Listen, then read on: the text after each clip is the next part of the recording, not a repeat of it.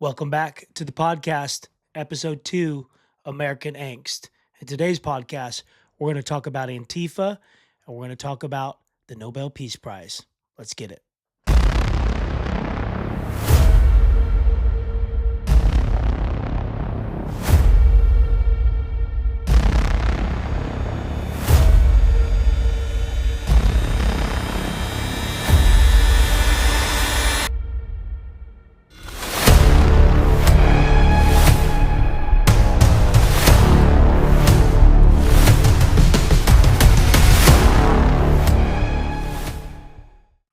Hey, welcome back to episode 2. I am so glad that you are here. Thank you to everyone who supported in episode 1. I'm new to doing this, and so all of your support, all of your feedback, all of your loves, your likes, your comments, very much appreciated. Do me a favor. I think this is where you're supposed to like and comment and subscribe to the channel, share the channel. If you're liking the content, let me know what you're thinking down below. That would be awesome. But today we're going to talk about a couple of things. This is sort of the format that I want to go with. We're going to take a couple of ideas, things that are happening in the news, and I'm just going to share my thoughts, my perspective on that. Now, I had some people reach out to me from the first podcast and be like, we don't really know who you are. In sharing my thoughts and perspective, let me give you a quick, brief rundown on who I am and why I have the thoughts or perspectives that I have. Well, first of all, for those of you who don't know, my name is Ryan. I am the creator of this podcast, American Angst. And the reason why I created this podcast is I am coming from a background of 30 years in evangelical ministry. And 20 of those years, at least 20 of those years, I was in the evangelical world, pastoring as a Republican supporter, or a Republican, you could say. Over the last 10 years, maybe 10 years, I have been deconstructing from some of the harmful ways in which the evangelical world has treated people.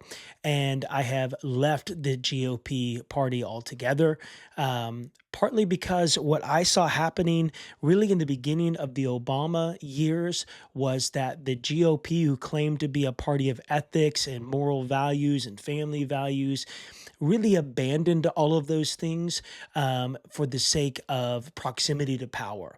And what do I mean by that? Well, really, we saw it come to light when Donald Trump began to run as a candidate for the Republican Party. And I began to watch the evangelical world begin to divorce themselves from any sort of ethical standing, divorce themselves from any sort of like high ground of family values or values at all, and attach themselves to a person who, in my opinion, is morally bankrupt and has no business being a part of the political realm whatsoever, has no business having or holding any sort of position of power, especially a position of power where you're supposed to serve the people.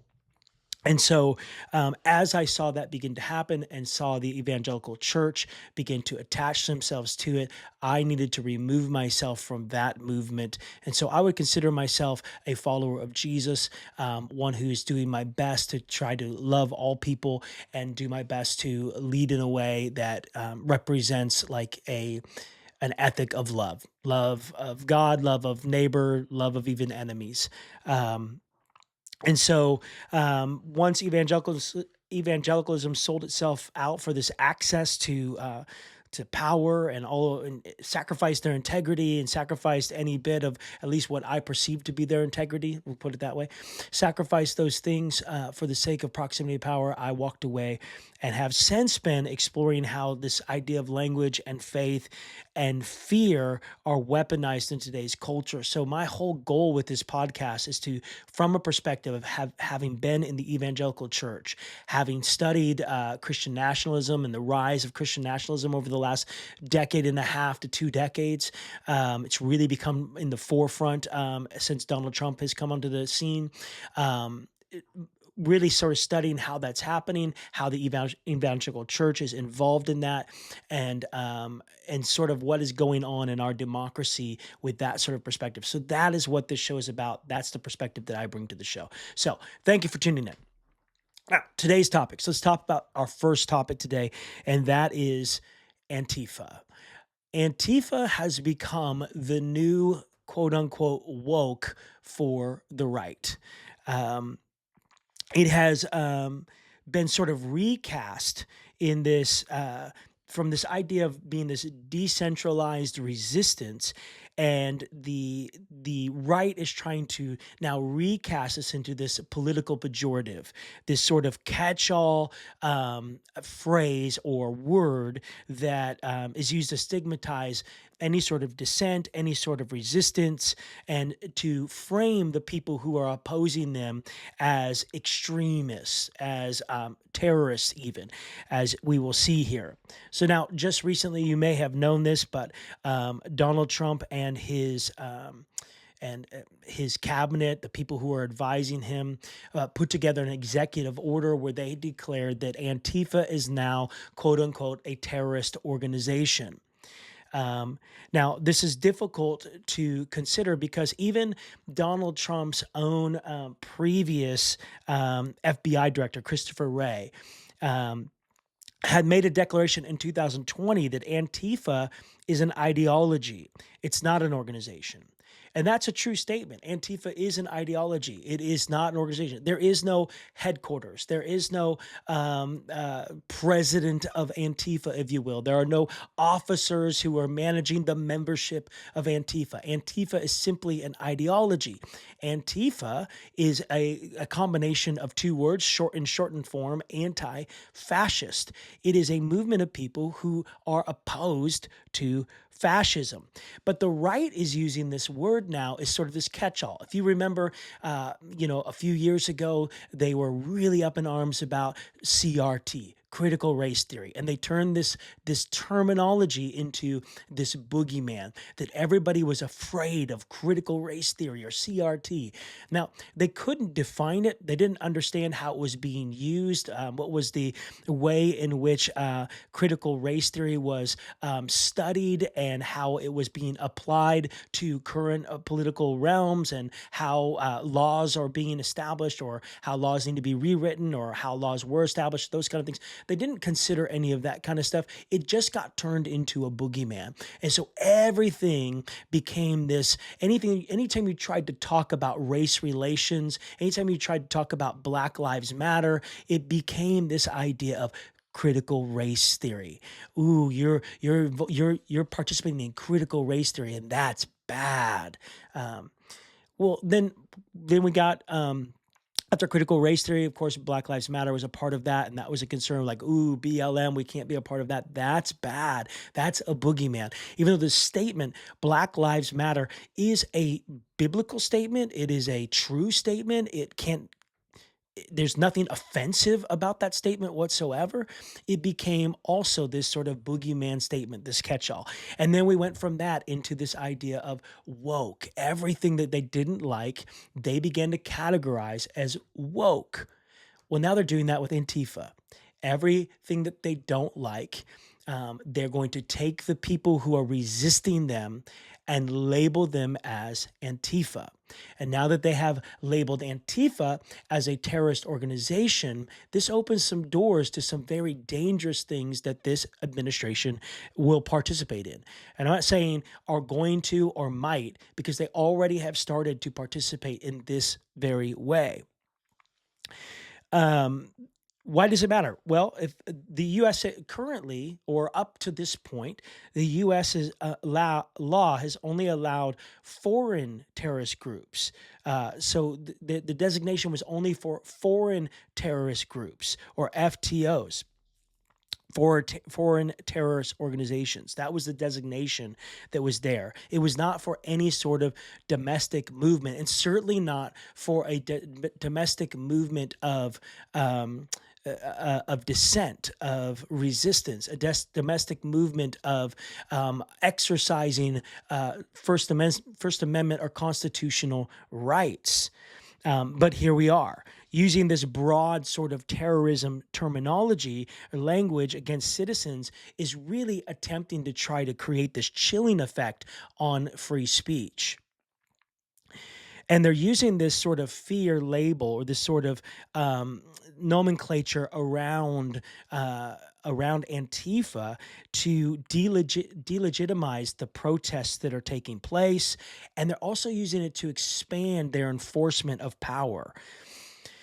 And so, for instance, coming up next Saturday, I don't know if you can go to this, but October 18th, there will be again nationwide No Kings protests. Now, I went to the first No Kings protest. I won't be able to make this next one due to previous engagements that I have to participate in, but I went to the first one, very peaceful, American flags everywhere. I mean, America was founded on the idea that we're not that interested in kings, if you know what I mean.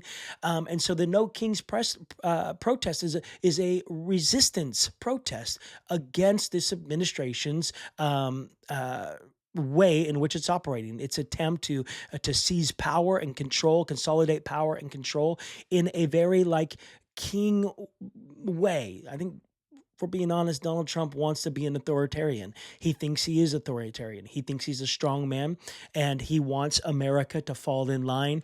It's why he's making these Trump 2028 hats, because he thinks that he can stay in office. He wants to stay in office. He's told us that he wants to stay in office, and I'm going to tell you, you should believe him when he tells you what he wants.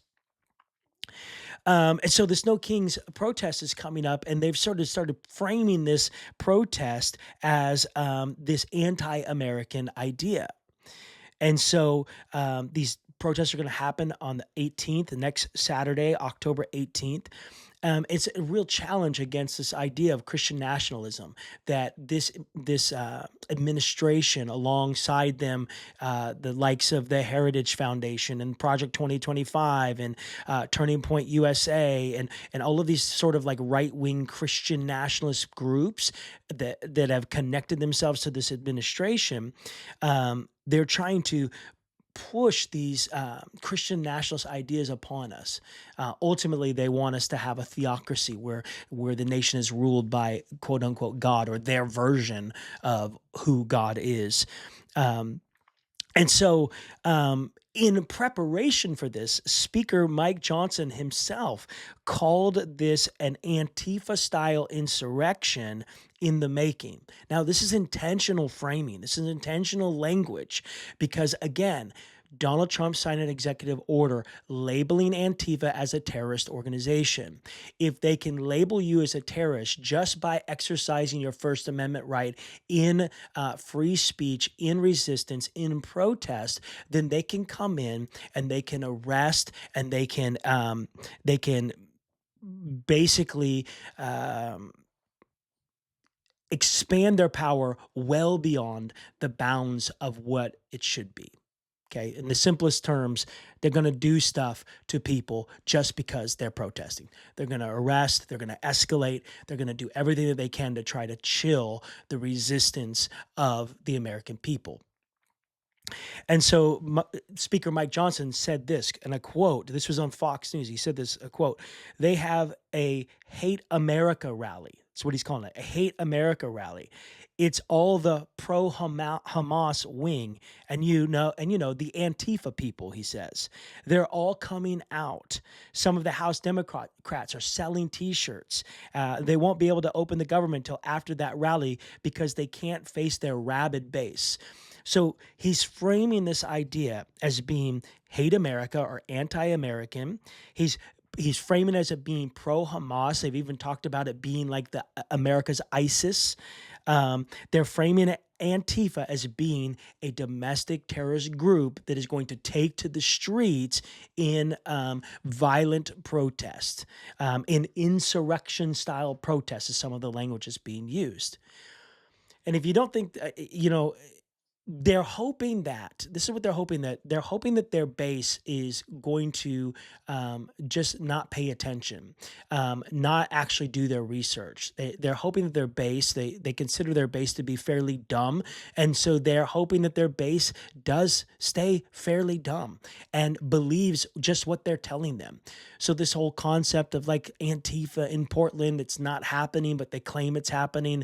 They hope that the base just goes along with them in this storytelling that they're doing. For instance, recently Christy Nome was here in Portland. I don't know if you saw the clips of her standing on top of the ICE building, and they sort of framed it that she was staring down ICE like she's super tough. And meanwhile, the video comes out that there's really nobody out there in the streets, a few protesters, nothing crazy at all. But then Christie goes back to Washington, D.C., and sits a roundtable discussion with Donald Trump and all of his cabinet members and whatnot. And she said this. Christy Noem said, authorities recently arrested, quote, the girlfriend of one of the founders of Antifa in Portland. And she said, we're going to shake her down essentially to find out or root out the founder or one of the founders of Antifa. The problem is none of that's true. There is no founder of Antifa. There is no organization called Antifa. There is no membership in Antifa. If you are anti-fascist, you are Antifa. And I would hope that you are Antifa. It is crazy to me that this administration is opposed to Antifa. So if you are against an anti-fascist, doesn't that make you a fascist? Is it not wild that they are just basically admitting the fact that they are fully on board with fascism because they are opposed to anti-fascism? So why do I say all this? I just think it's important that we pay attention to how they're labeling this. You know your rights. You know what you can and cannot do. Keep when you're protesting, when you're out there, make sure you keep it nonviolent. Stay within your means. Stay within your lane. Know what you're supposed to be doing and how you should be doing it. But by all means, in every way possible, peacefully protest and resist. It's important. It is a part of the fundamental element of being an American is the ability to dissent, the ability to resist, the ability to protest. So if you have time, go to the No Kings protest, be a part of that Antifa movement. Now, the second thing I want to talk about, which I think is a little bit more fun, and bear with me here as I'm just getting used to doing this podcast and I'm just trying to work through my thoughts and how I'm communicating my thoughts, sometimes a little more concise than others, but we'll get into rhythm. Thank you for being here with me. Second topic, Trump is a loser again. Now, the reality is Trump did not lose the Nobel Peace Prize. Trump didn't lose it because Trump wasn't ever actually in the running for the Nobel Peace Prize, but he has been obsessed with this Nobel Peace Prize probably ever since. I bet you if we could pinpoint the moment that he became obsessed with that Nobel Peace Prize was the moment that Obama was awarded the Nobel Peace Prize. But here's the deal. Trump has been fixated on this Nobel Peace Prize, and this is sort of a reflection of his craving for validation and in his sort of way in which he operates in this grievance politics mentality. He loves to turn this idea of everybody hates me, everybody's against me, and use that as a rhetoric around his grievance politics. That Trump is doing all of these great things, and that nobody is even he doesn't get credit for any of the great things that he's doing.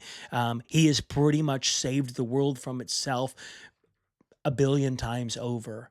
But nobody will give him credit for all of the saving that he has done. That poor God King, right? And so 2025, this last week, the Nobel Peace Prize winner was announced. This is for the work that they did in 2024. And this was awarded to, and forgive me if I mispronounce the name, María Corina Machado. And it was awarded to her for her unwavering commitment to restoring democratic institutions and human rights in Venezuela despite intimidation and exile. Now, we all know Trump is a petulant child and he is upset that he did not win the Nobel Peace Prize. He thought that he should win the Nobel Peace Prize. He has been campaigning to win the Nobel Peace Prize. He has been begging, groveling, doing everything you can imagine to try to win this, and he did not win it. But look at the reasoning that they gave it to Machado here. Her unwavering commitment to restoring democratic institutions. Well, Donald Trump seems to have an unwavering commitment to the destruction of democratic institutions because she was given the award because of her human rights efforts in Venezuela. Um, Donald Trump is violating, his administration is violating the human rights of his own people right here on American soil, not just people who are undocumented, people who are American citizens, people who are veterans, but because their skin is brown, he is violating their human rights. So he is the antithesis of what this woman is to Venezuela. He is the antithesis to that here in America, yet he still thinks that he deserves the Nobel Peace Prize. So when she received the prize, Machado said, "This honor belongs to every Venezuelan who refused to surrender their dignity or silence their voice." She went on to say this idea that peace is not granted by power, it's earned through courage. And now we know when the head of the committee for the Nobel Peace Prize was asked like their thoughts on if Donald Trump doesn't get it, like the repercussions or whatever. And he said basically when they sit in that room to make the decision and they have every single Nobel laureate picture of them on the walls, they are reminded that this Nobel Peace Prize is awarded to people of courage and integrity. So he didn't quite like come out and say Donald Trump doesn't have is any courage or integrity, but he kind of did. And I kind of liked it.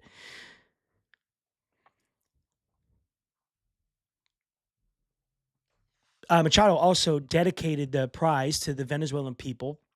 And I do want to say that she did acknowledge Trump and recognize his quote unquote decisive support of their cause. Now, I think that that's a political thing that she's needing to do because, I mean, Donald Trump has been bombing boats off of the coast of Venezuela. There has been quite unrest there, and he's not helping that matter whatsoever. And so there is a political element that she is having to play in. There are some a political playground, if you will, that she's got to participate in order to continue to move the ball forward for her country and for her cause. And so I can understand the complexity of that. But here's what Trump claimed about it. He claimed that she called him and that she said that she accepted this prize in honor of Trump because he's the one who really deserved it.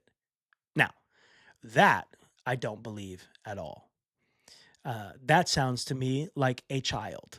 That sounds to me like someone who has the emotional intelligence of a grain of salt.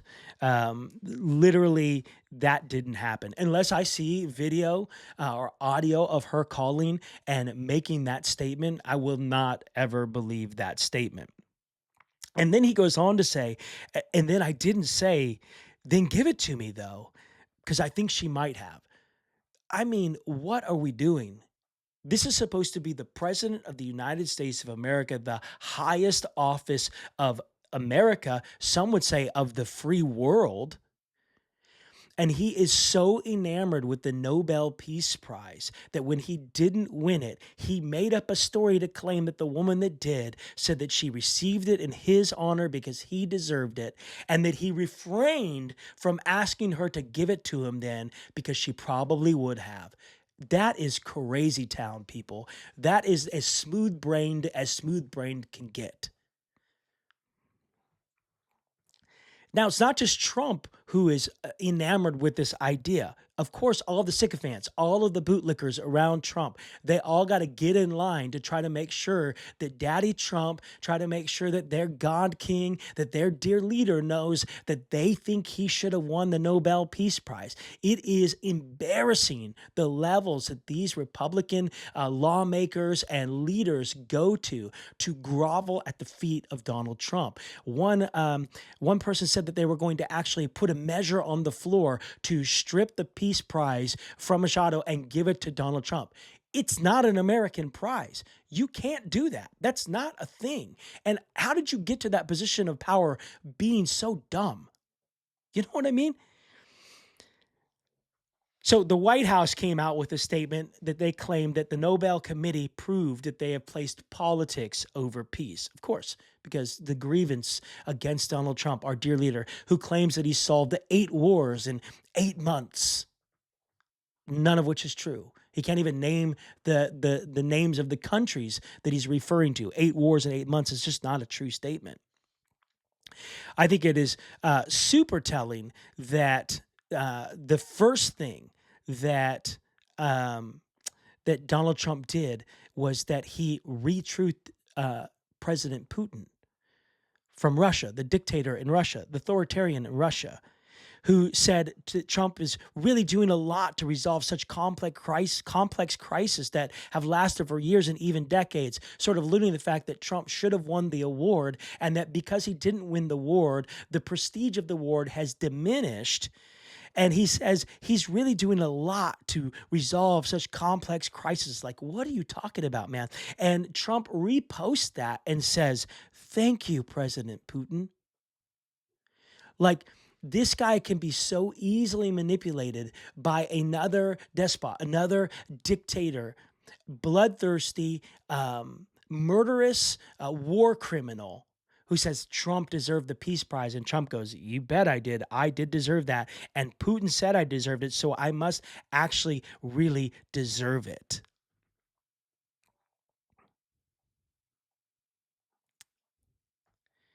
This just shows over and over again this behavioral pattern of Donald Trump, where, when he didn't get it, what did he do? He contrasted himself with Obama. He's so upset. He said, Obama got it for doing nothing. And that may be true. That may not be true.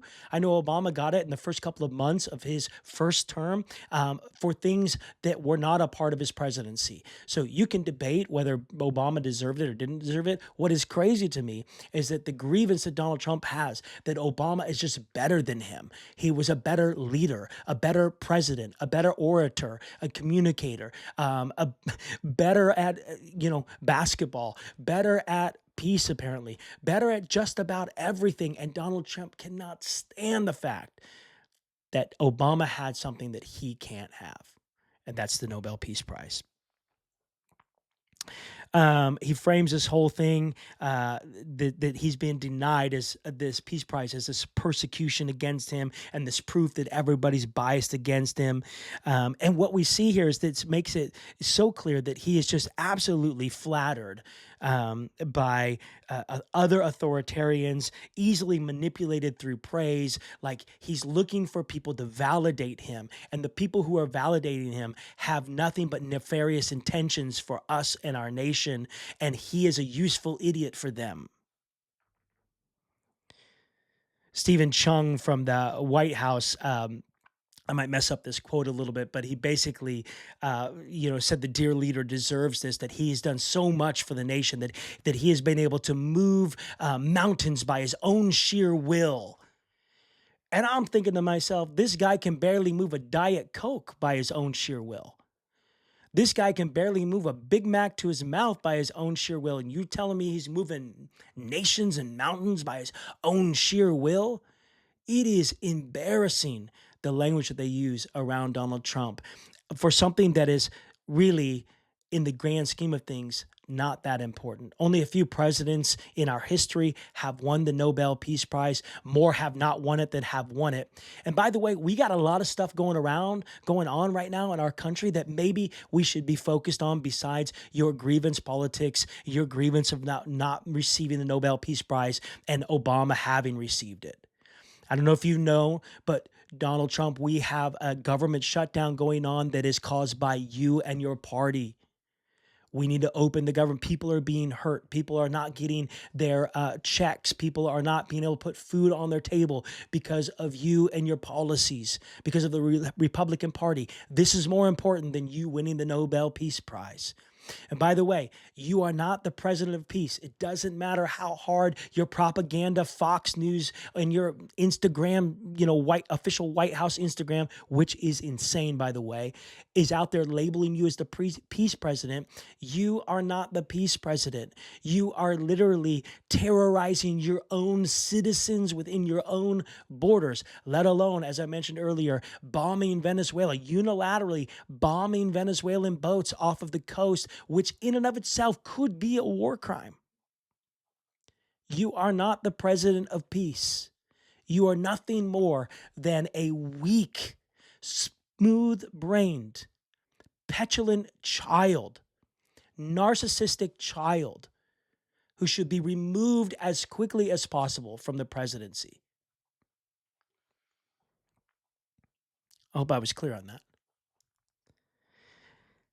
Anyways, that's all I got for you today. I could go on and on for hours. There are so many topics that are out there that we could talk about. I'm just going to pick one or two a week just to talk about things that interest me. If you have ideas for topics that you would love me to cover, just drop them in the comments below. Again, thank you for tuning in. We're going to talk more as the weeks come on about the different things that are happening around us in our politics and Christian nationalism and how we can resist those things. We'll see you next time.